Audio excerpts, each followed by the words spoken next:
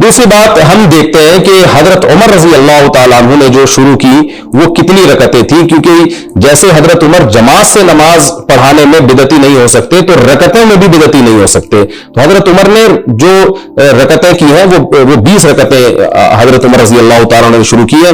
اس بارے میں یزید بن رومان سے جو روایت ہے وہ مرسل روایت ہے، اس کو لوگ منقطع کہتے ہیں. منقطع اور مرسل میں ایک باریک فرق ہوتا ہے. مرسل کہتے ہیں کہ راوی نے جس سے حدیث بیان کر رہا ہے اس کا زمانہ نہیں دیکھا، یعنی حضرت عمر کے شاگرد یہ بیان کر رہے ہیں کہ حضرت عمر نے 20 رکعتیں شروع کی ہیں. اب لوگ اس کی سند پر یہ اعتراض کرتے ہیں کہ یزید بن رومان نے حضرت عمر کا زمانہ نہیں دیکھا، تو یزید بن رومان کیسے کہہ رہے ہیں کہ میں نے جو ہے وہ حضرت عمر نے 20 شروع کی؟ تو یزید بن رومان نے حضرت عمر کا زمانہ نہیں دیکھا، لیکن حضرت عمر کے شاگردوں کا زمانہ دیکھا ہے جو 20 پڑھ رہے تھے. انہی کو دیکھ کے یزید بن رومان نے کہا کہ حضرت عمر نے 20 شروع کی ہے، کیونکہ یہ شہرت تھی. حضرت عمر نے جب 20 شروع کی ہے پورے عالم اسلام میں 20 رکعتیں پھیل گئی، جس پہ بہت ساری سندیں ہمارے پاس موجود ہیں. اور اسی بیس پہ امام مالک، امام احمد بن حنبل اور امام حنیفہ نے فتویٰ دیا کہ 20 رکعتیں سنت ہے، کیونکہ اپنے زمانے میں انہوں نے عملی تواتر دیکھا اس پہ. میں نے اس پر ایک آڈیو بیان بہت مدلل ریکارڈ کروایا ہے، پوری سندیں اس میں پڑھی ہے میں نے، وہ آپ یوٹیوب پہ سرچ کر سکتے ہیں کہ تراویح 8 یا 20 رکعت.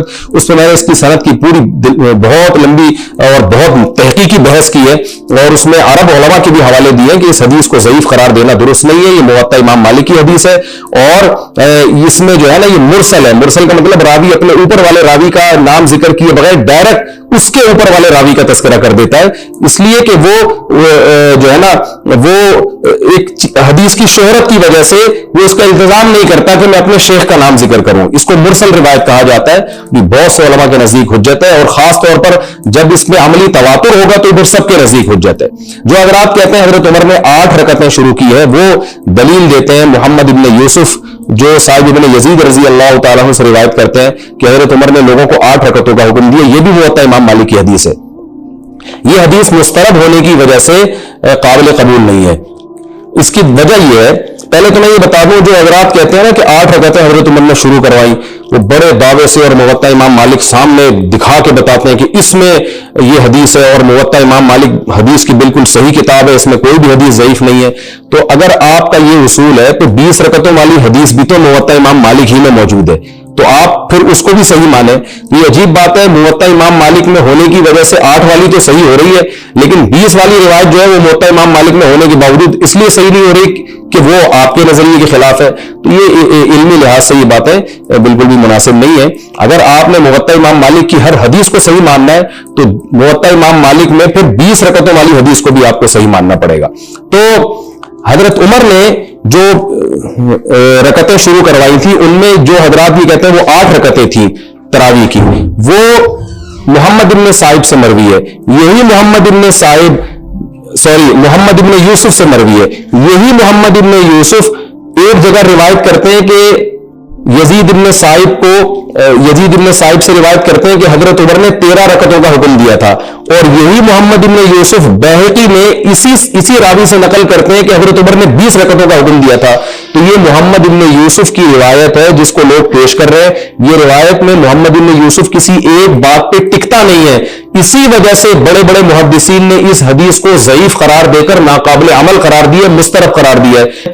علامہ ابن حجر رحمہ اللہ تعالیٰ فرماتے ہیں کہ یہ حدیث مسترب ہونے کی وجہ سے ناقابل عمل ہے. اور سب سے بڑی بات یہ کہ یہ موطا امام مالک کی حدیث ہے، کتاب کے جو مؤلف ہیں امام مالک وہ خود اس حدیث کو صحیح نہیں مانتے.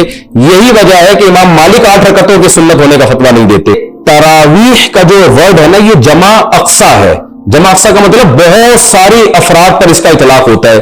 تو اس لفظ سے بھی پتہ چلتا ہے کہ 3 تراویحوں کو بھی تراویح نہیں کہا جا سکتا، یہ 3 سے بھی زیادہ ہیں.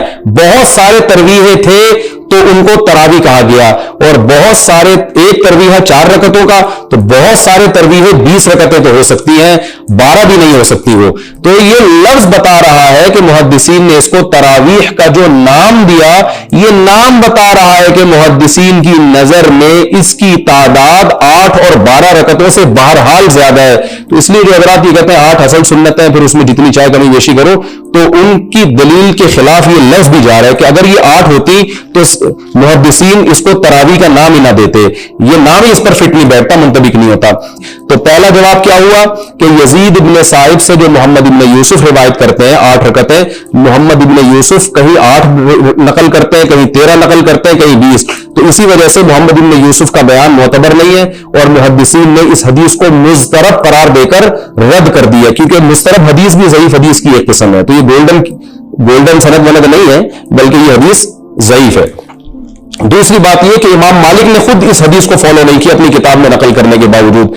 تیسرا اس حدیث کے ضعیف ہونے کی دلیل یہ ہے کہ اگر حضرت عمر نے واقعتاً 8 رکعتیں شروع کرائی ہوتی تو روئے زمین پر کوئی ایک مسجد تو اس دور میں یا صحابہ تابعین تبع تابعین کے دور میں یا صدیوں میں ایک مسجد تو ایسی ہوتی جہاں حضرت عمر کی سنت پر عمل ہو کے 8 رکعتیں ہوتی۔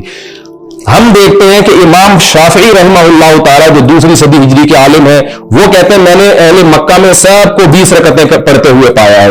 ہم عبداللہ بن مسعود سے جب دیکھتے ہیں، عبداللہ بن مسعود کوفہ میں 20 رکعتیں پڑھایا کرتے تھے۔ ابو البختری حضرت علی رضی اللہ تعالیٰ عنہ کے شاگرد ہیں، وہ کوفہ میں لوگوں کو 20 رکعت پڑھایا کرتے تھے، اور سعید بن جبیر جو عبداللہ بن عباس کے شاگرد ہیں وہ لوگوں کو 20 پڑھایا کرتے تھے۔ تو عالم اسلام میں جتنے صحابہ تابعین پھیلے ہیں 20 سے زیادہ تو ہمیں نقل منقول ملتا ہے، اور ایک روایت ہے اس کی سند کی مجھے تحقیق جس میں 16 رکعتوں کا تذکرہ ہے، ورنہ جتنی روایتیں ہمیں ملتی ہیں مصنف ابن ابی شیبہ میں اور بہقی میں اور مصنف عبد الرزاق میں، اور ان کی سندیں بھی بالکل بے غبار ہیں، اور میں نے آڈیو بیان میں ایک ایک کی سند پڑھ کر اس پہ تبصرہ کیا ہے، کسی ایک صحابی سے ضعیف سند سے بھی نہیں ملتا، کسی ایک تابعی سے ضعیف سند سے بھی نہیں ملتا کہ انہوں نے اپنی مسجد میں 8 رکعتیں یا 12 بھی پڑھائی ہوں۔ زیادہ رکعتیں ہمیں ملتی ہیں، 20 رکعتیں یا اس سے زیادہ، 41 رکعتوں تک کا بھی تذکرہ ملتا ہے۔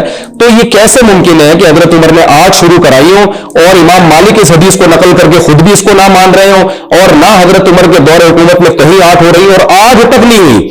پھر علامہ شامی نے 150-200 سال پہلے لکھا ہے کہ عالم اسلام میں کہیں بھی دنیا میں 8 رکعت یعنی 20 سے کم نہیں ہو رہی، اور چاروں امام جو الگ الگ تحقیق کرتے تھے جن کی اپنی اپنی ریسرچ ہے، ان چاروں میں سے بھی 20 سے کم کسی نے قول نہیں کیا۔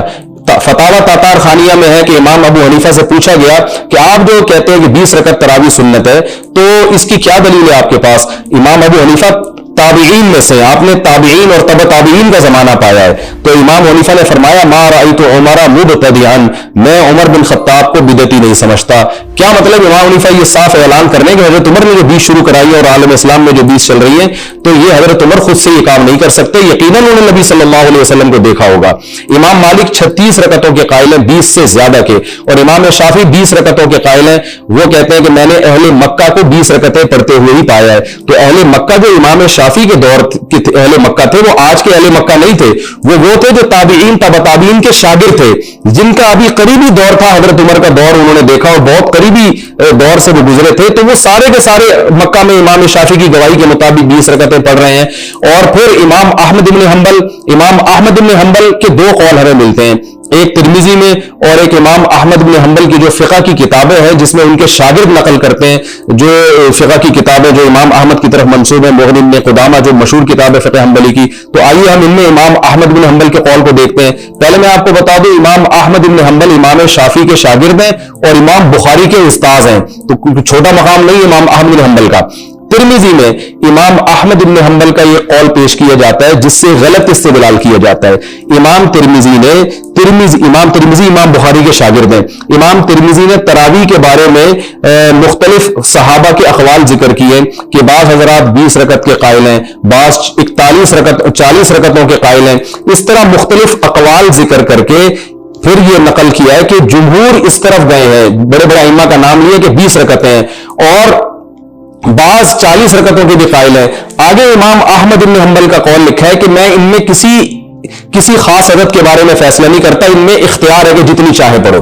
تو اس امام احمد بن حنبل کو اس قول کو لے کر بھی یہ کہا جاتا ہے کہ 20 رکعت سنت نہیں ہے بلکہ جتنی چاہے پڑھو۔ امام احمد نے کہا جتنی چاہے پڑھو، 8 پڑھو، 10 پڑھو، 16 پڑھو، جتنی چاہے پڑھو۔ تو یہ بھی ایک قسم کا کیا، یہ تو صاف مغالطہ ہے۔ اصل میں امام ترمذی جو روایتیں پیش کر رہے ہیں نا، اس میں بھی 8 رکعت والا کوئی روایت پیش نہیں کی ہے۔ امام ترمذی یہ نہیں کہا کہ بعض نے کہا 8 پڑھو، بعض نے کہا 12 پڑھو، ایسا نہیں ہے۔ امام ترمذی مختلف روایتیں پیش کر رہے ہیں جس میں یہ کہہ رہے ہیں بعض کا قول ہے 20 رکعتیں، بعض کا قول ہے 40 رکعتیں، بعض کا قول ہے 36 رکعتیں، 20 سے کم، بہت زیادہ ہے تو 16 رکعتوں کا تذکرہ کیا ہے۔ جو میں نے بتایا ایک روایت ملتی ہے جو مجھے اس کی سند کی تحقیق نہیں ہے، 8 یا 12 تک کا بھی کہیں تذکرہ نہیں کیا، اور مجھے یاد پڑتا ہے 16 کا بھی امام ترمذی نے تذکرہ نہیں کیا، لیکن شاید تذکرہ کیا ہو، مجھے ابھی وہ الفاظ پورے یاد نہیں، کہ اتنا تو مجھے جزم کے ساتھ یاد ہے کہ امام ترمذی 20 اور 24 رکعتوں کا تذکرہ کرتے ہیں یا 41 رکعتوں کا تذکرہ کرتے ہیں، مگر 8 یا 12 رکعتوں کا امام ترمذی بھی تذکرہ نہیں کرتے.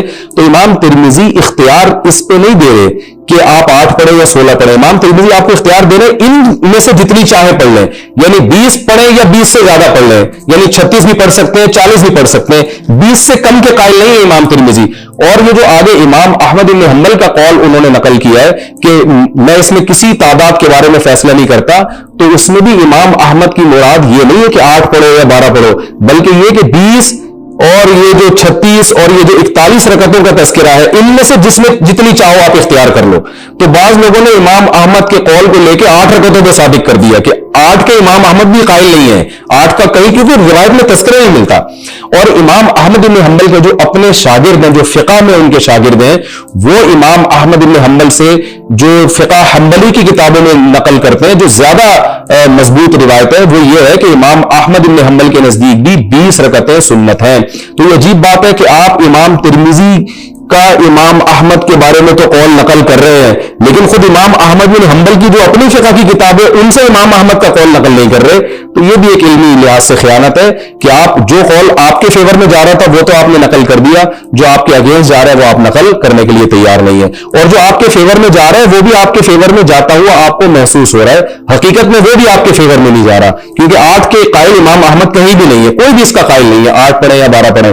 تو امام احمد بن حنبل کی جو اپنی فقہ کی کتابیں ہیں اس میں امام احمد بن حنبل کے بارے میں جو مضبوط قول ہے وہ یہی ہے کہ والمختار عند احمد 20 رکعتاً، امام احمد کے نزدیک مختار یہ ہے جس کو انہوں نے اختیار کیا، جس کو انہوں نے راجح قرار دیا ہے، وہ 20 رکعتیں. یہی وجہ ہے کہ آج تک فقہ حنبلی میں 20 رکعتیں ہی پڑھی جا رہی ہیں، یہاں تک کہ علامہ ابن تیمیہ رحمہ اللہ نے بھی یہ بات لکھی ہے کہ مختار قول جو امام احمد بن حنبل کے نزدیک اور خود امام ابن تیمیہ کے نزدیک وہ 20 رکعتیں ہی ہے. تو اس لیے اس بارے میں کوئی کنفیوژن نہیں ہونی چاہیے کہ تراویح کی سنت تعداد کیا ہے، کم سے کم 20 رکعت ہے. باقی یہ کہ بعض حضرات 36 کے قائل ہیں، لیکن جو 36 کے قائل ہیں ہمیں ان کی کوئی واضح دلیل نہیں ملتی، اس لیے ہمارے نزدیک راجح یہی ہے کہ 20 رکعتیں. میں نے اپنے بیان میں یہ بھی دعویٰ کیا کہ اس پر پوری امت کا اجماع ہے کہ 20 رکعتیں. بعض لوگوں نے اس کو غلط رقم لے جانے کی کوشش کی ہے کہ چاروں ائمہ کا تو اجماع نہیں ہے، بعض 36 کے بھی قائل ہیں. تو بھائی کم سے کم 20 پر تو اجماع ہو گیا نا. تو جب ایک چیز پر امت کا اجماع ہو جائے اور صدیوں تک یہ چلا ہے، اور علامہ شامی 150-200 سال پہلے لکھ رہے ہیں کہ عالم اسلام میں کہیں بھی 20 رکعت سے کم تراویح نہیں ہو رہی ہے، اور حرمین میں 1400 سال سے 20 رکعت ہوتی چلی آ رہی ہے، تو اجماع امت خود ایک مضبوط دلیل ہوتی ہے، اس کے خلاف جانے کی ہمیں اجازت نہیں ہوتی. تو اس لیے میں اختلافی مسائل میں تشدد کا قائل نہیں ہوں، لیکن اپنی رائے کو مضبوط طریقے سے اظہار کرنے کا انسان کو بہرحال حق ہے. خاص طور پر جب جو حضرات 20 رکعت کو بدعت کہتے ہیں یا کہتے ہیں کہ یہ سنت نہیں ہے، یہ اپنی طرف سے بنائی ہوئی چیز ہے، وہ حضرات بہت اس میں شدت اختیار کرتے ہیں. اور امت ہم سے بدگمان نہیں ہوتی، بلکہ چاروں اماموں سے بدگمان ہوتی ہے، محدثین سے بدگمان ہوتی ہے، ائمہ سے بدگمان ہوتی ہے. تو اس لیے اس بارے میں آپ کا کانسیپٹ کلیئر ہونا چاہیے کہ جو چاروں فقہ میں ایک چیز ہے اور بہت ریسرچ کے بعد اور صحابہ اور تابعین کا قول انہوں نے لیا ہے، وہ یہی کہ تراویح کم سے کم 20 رکعتیں سنت ہے. اس میں ویسے آپ اگر کمی بیشی کرنا چاہیں، مثال کے طور پر تھکاوٹ کی وجہ سے پڑھی نہیں جا رہی تو فرض واجب نہیں ہے، آپ جتنی چاہیں پڑھ لیں، اللہ آپ کو توفیق دے، لیکن سنت عدد میں اپنی طرف سے آپ تبدیلی کی کوشش نہ کریں. اختیار آپ کو ضرور ہے، آپ 8 پڑھیں، آپ 16 پڑھیں، آپ 2 پڑھیں، آپ بالکل ہی نہ پڑھیں. تھکاوٹ بعض دفعہ انسان کو اتنی زیادہ ہوتی ہے کہ 2 بھی نہیں پڑھی جا رہی ہوتی، تو 2 بھی نہ پڑھیں. سنت مؤکدہ کا یہی حکم ہے کہ بلا اگر کسی شرعی عذر سے آپ چھوڑیں گے تو جو ہے وہ کوئی ملامت نہیں ہے، اور اگر بغیر کسی شرعی عذر کے آپ چھوڑیں گے تو قابل ملامت کی جاتی ہے. کہ تو اس سے صاف پتہ چلتا ہے کہ محدثین کی نظر میں اور فقہا جو ہمارے ماضی میں اسلاف گزر چکے ہیں ان کی نظر میں 8 یا 12 رکعتیں تراویح کی نہیں ہیں، اس سے زیادہ ہیں. تو وہ کتنی زیادہ ہیں وہ میں نے آپ کو بتا دیا، اس پر میں آپ کو پھر بتا دوں. اس بارے میں میرا دلائل سے پورے کتابوں کے ساتھ، حوالوں کے ساتھ، پوری سندوں کے ساتھ میں نے بیان ریکارڈ کروایا ہے. وہ آڈیو بیان ہے، مفتی طارق مسعود تراویح کی رکعتیں لکھیں گے، آڈیو بیان آئے گا، وہ آپ ڈیٹیل سے سنیں، اس میں پوری ڈیٹیل میں نے بیان کی ہے. مجھے اگر فرصت ملی تو میں انشاءاللہ ایک ویڈیو بیان بھی کتابیں سامنے رکھ کر پوری سندوں کی بحث کے ساتھ پوری سندیں اور حوالوں کے ساتھ انشاءاللہ میں ریکارڈ کروا دوں گا. تو اس بارے میں آپ کا کانسیپٹ کلیئر ہونا چاہیے. اللہ تعالی ہم سب کو عمل کی توفیق عطا فرمائے.